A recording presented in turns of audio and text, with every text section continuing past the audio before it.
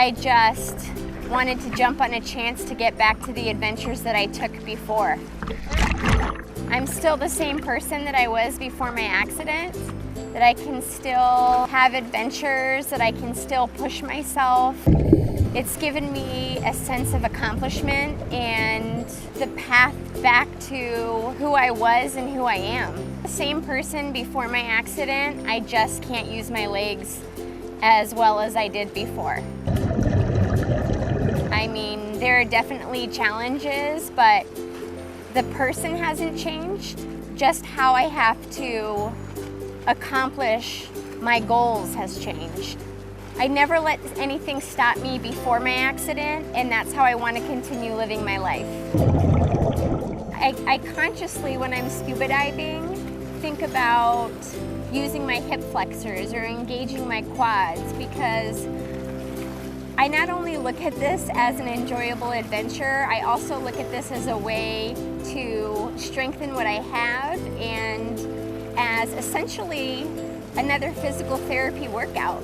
And so while I'm taking in the beautiful scenery, I'm also thinking about how I can strengthen my core and my muscles. So it really is, you know, twofold in terms of being a great vacation activity, but as well as being a way in which that I can continue to strengthen my legs so I can, you know, get back as much motor control as possible.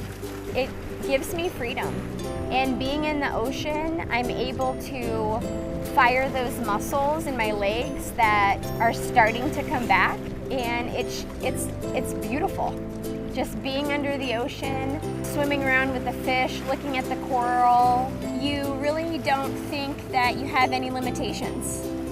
A lot of the fear that people face when they first have this injury is the unknown of doing the things that we used to do, but now in a chair. And how do we navigate this life?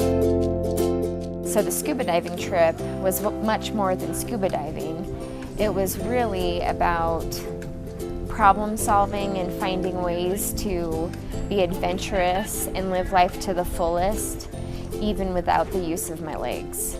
It's accessible in some areas, but in some areas it's not. So I've really had to be creative and problem solve. Sometimes you have to leave behind what holds you down. The path was really rocky, and at some point I just got stuck. And even with a free wheel, I would not have been able to continue.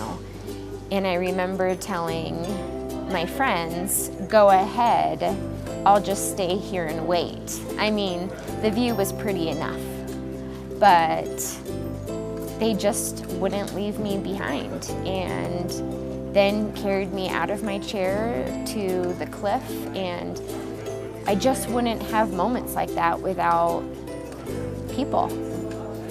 Like, I shed a couple of tears, and it was just tears of joy because I was so grateful to be able to have that experience.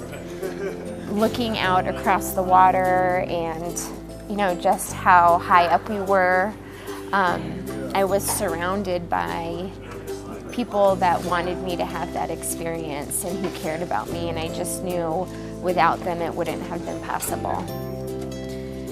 When I look back at this trip, I think the one thing I gained was a renewed sense of pride and independence. I was always one to challenge myself, and I knew that I could always rise to that challenge. But with certain limitations now, I worry that I'm not the same person.